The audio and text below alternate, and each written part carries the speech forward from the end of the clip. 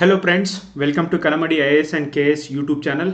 ನೋಡು, ಸ್ಪರ್ಧಾತ್ಮಕ ಪರೀಕ್ಷೆಗಳನ್ನ ಯಾರ್ಯಾರೆಲ್ಲ ಓದ್ತಿದ್ದೀರಿ, ಐ ಆಮ್ ಶೋರ್ ನೀವೆಲ್ಲ ಈ ಆಗಸ್ಟ್ 7ನೇ ತಾರೀಕು ಈ ಕ್ಯಾಬಿನೆಟ್ ಮೀಟಿಂಗ್ ಆಗುತ್ತೆ. ಒಳ ಮೀಸಲಾತಿ ಜಾರಿಗೆ ಬರುವುದನ್ನು ಕುರಿತು ಚರ್ಚೆ ಆಗುತ್ತೆ.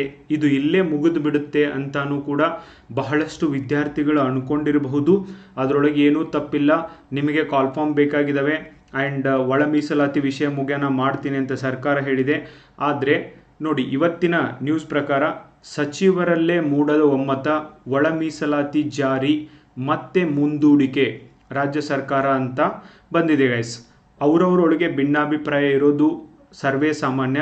ನಿಮಗೆಲ್ಲ ಗೊತ್ತಿದೆ, ಶೆಡ್ಯೂಲ್ಡ್ ಕಾಸ್ಟ್ SC ಕ್ಯಾಟಗರಿ ಒಳಗೇನೆ ಅತಿ ಹಿಂದುಳಿದವರು ಅಂತ 101 ಉಪಜಾತಿಗಳಿದ್ದಾವೆ.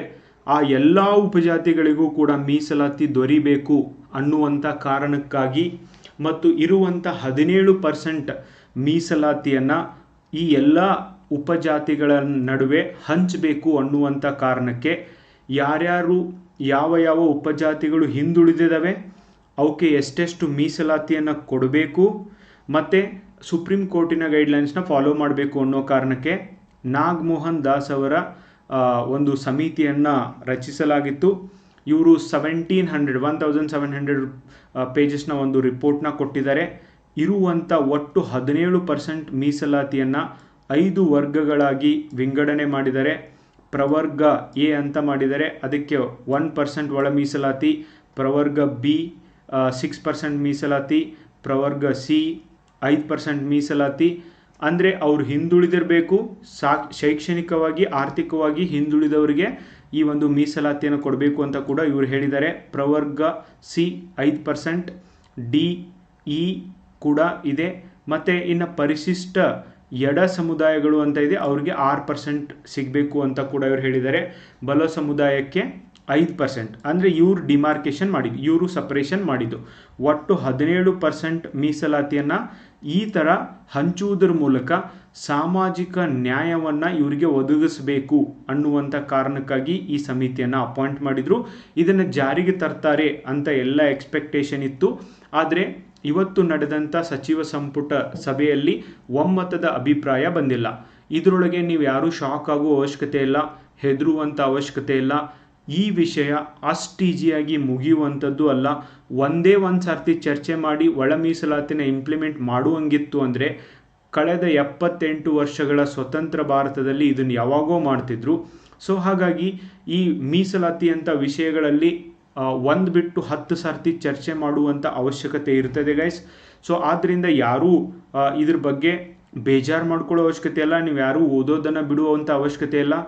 ನೆಕ್ಸ್ಟ್ ಸ್ಪೆಷಲ್ ಕ್ಯಾಬಿನೆಟ್ ಮೀಟಿಂಗ್ ಕರೀತಿದ್ದಾರೆ ಆಗಸ್ಟ್ 16ನೇ ತಾರೀಕು ಸ್ಪೆಷಲ್ ಕ್ಯಾಬಿನೆಟ್ ಮೀಟಿಂಗ್ನ ಕರೆದು ಈ ವಿಷಯವನ್ನು ಚರ್ಚೆ ಮಾಡಿ ನಾವು ನಿರ್ಧಾರ ತಗೋತೀವಿ ಅಂತ ಕೂಡ ಸರ್ಕಾರ ಹೇಳಿದೆ. ನಾನು ಈಗ ತಾನೇ ಹಿಂದೂ ಪೇಪರಲ್ಲಿ ಆರ್ಟಿಕಲ್ ಓದ್ತಾ ಇದ್ದೆ ಇದ್ರ ಬಗ್ಗೆ. 16ನೇ ತಾರೀಕು ಮತ್ತೆ ಒಂದು ಮೀಟಿಂಗ್ ಇದೆ. ಎಸ್, ಇಷ್ಟು ದಿನದವರೆಗೂ ವೇಟ್ ಮಾಡಿದಿರಲ್ವಾ, ಈಗ ಹಿಂಗೂ ವಿಚಾರ ಮಾಡಬೇಡ್ರಿ, ನಂದು ಏಜ್ ಮುಗಿಯುತ್ತೆ, ನಂದು ಅದು ಆಗುತ್ತೆ, ನಮ್ಮ ಮನೆಯಲ್ಲಿ ಬೈತಾರೆ ಆ್ಯಂಡ್ ಹೀಗೆ ಹಾಕ್ಕೋತ ಹೋದರೆ ಹೆಂಗೆ. ನೋ, ಇದಕ್ಕೆ ನಾವಾಗಲಿ ನೀವಾಗಲಿ ಯಾರೂ ಕಾರಣ ಅಲ್ಲ ಆ್ಯಂಡ್ ನಮ್ಮ ಕೈ ಒಳಗೂ ಕೂಡ ಇಲ್ಲ. ಸರ್ಕಾರ ಒಳ ಮೀಸಲಾತಿಯನ್ನು ಜಾರಿಗೆ ತರ್ತೀವಿ ಅಂತ ಹೇಳಿದ್ದಾರೆ. ಅದನ್ನು ಅಗೇನ್ ಮುಂದೂಡ್ತಿದ್ದಾರೆ ಅಂದರೆ ಅದಕ್ಕೆ ನಾವು ಆಯ್ಕೆ ಮಾಡಿರುವಂಥ ಸರ್ಕಾರನೇ ಈ ಕೆಲಸ ಮಾಡ್ತಾ ಇರೋದು. ನೆಕ್ಸ್ಟ್ ಟೈಮ್ ಸರ್ಕಾರವನ್ನು ಆಯ್ಕೆ ಮಾಡುವಾಗ ನೀವು ಕೇರ್ಫುಲ್ ಆಗಿರಬೇಕು. ಕ್ಯಾಬಿನೆಟ್ ಮೀಟಿಂಗಲ್ಲಿ ಆಗಿದ್ದಿಷ್ಟೇ. ಇದನ್ನು ಏನೇನೇನೇನೋ ಹೇಳ್ಕೊಂಡು ಸುಮ್ಮನೆ ಡಿಸಪಾಯಿಂಟ್ ಆಗುವ ಅವಶ್ಯಕತೆನೇ ಇಲ್ಲ. ಲೈಫ್ ಒಳಗೆ ನೀವು ಅಂದ್ಕೊಂಡಂಗೆ ನಿಮಗೆ ಬೇಕಾದಾಗೆ ಎಲ್ಲನೂ ಕೂಡ ಸಿಗುವುದಿಲ್ಲ. ಅದು ಜಾಬೇ ಆಗಿರ್ಬೋದು, ಅದು ಬೇರೆದು ಏನೇ ಆಗಿರಬಹುದು. ಎವ್ರಿ ಟೈಮ್ ನಾವು ಅಂದ್ಕೊಂಡಂಗೆ ಎಲ್ಲ ಆಗೋದಿಲ್ಲ. ಅಂದ್ರೆ ಈಗ ಇರುವಂಥ ಸರ್ಕಾರ ಕೂಡ ನಾವು ಅಂದ್ಕೊಂಡಾಗೆ ಇದು ಮುಗಿದು ಬಿಡ್ತದಂದರೆ ಮುಗಿಯೋದಿಲ್ಲ. ಆದ್ದರಿಂದ ಒಂದು ಸ್ವಲ್ಪ ನಿಮ್ಮ ಹತ್ರ ಪೇಷನ್ಸ್ ಇರಲಿ ಗೈಸ್. ಇದರೊಳಗೆ ನಿಮಗೆ ಕೆಲವೊಬ್ರಿಗೆ ಅನಿಸ್ಬೋದು, ಸರ್ ನೀವೇನು ಬಿಡ್ರಿ, ಕೋಚಿಂಗ್ ಕ್ಲಾಸ್ ನಡೆಸ್ತೀರಿ, ನಿಮ್ಮ ಹತ್ರ ಏನು ರೊಕ್ಕ ಇರ್ತವೆ, ನೀವು ಕೋಚಿಂಗ್ ಮತ್ತು ಹುಡುಗರು ಬರಲಿ ಅಂತ ಹೇಳ್ತೀರಿ. ನೋ, ಹಂಗೆ ಹೇಳ್ತಾ ಇಲ್ಲ. ಭಾಳ ಸರ್ತಿ ನೀವು ಅದ್ರ ಮೇಲೆ ವಿಡಿಯೋ ಮಾಡಿರಿ ಅಂತ ಹೇಳ್ತಿರ್ತೀರಿ. ಇದು ಅಂಥ ವಿದ್ಯಾರ್ಥಿಗಳಿಗೆ ಮಾತ್ರ, ಯಾರು ನಾನು ಸರ್ಕಾರಿ ಉದ್ಯೋಗದೊಳಗೆ ಹೋಗಬೇಕು ಅದನ್ನು ಹಿಡಿಬೇಕು ಅಂತ ಯಾರು ಪ್ರಯತ್ನ ಮಾಡ್ತಿದ್ದೀರಿ ಹಾನೆಸ್ಟಾಗಿ, ಅವ್ರಿಗೆ ಮಾತ್ರ ಈ ವಿಡಿಯೋ.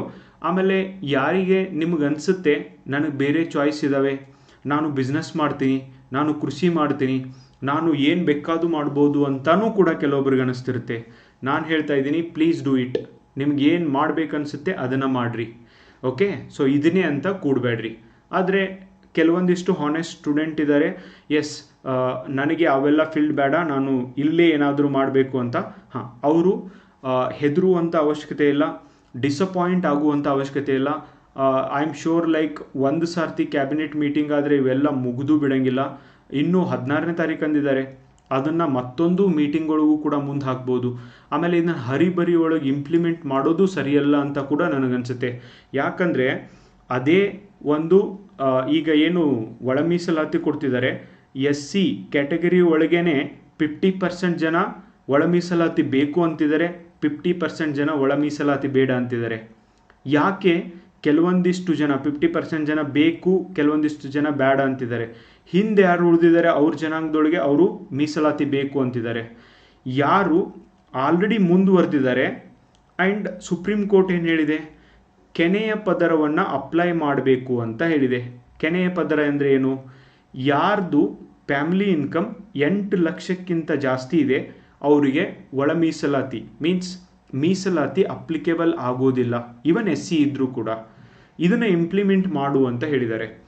SC ಕಾಸ್ಟ್ ಒಳಗೇ ಯಾರು ಆಲ್ರೆಡಿ ಬೆಟರ್ ಪೊಸಿಷನ್ ಒಳಗಿದ್ದಾರೆ ಅವ್ರಿಗೆ ಒಳ ಮೀಸಲಾತಿ ಬೇಡ ಅಂತಲೇ ಇರುತ್ತೆ.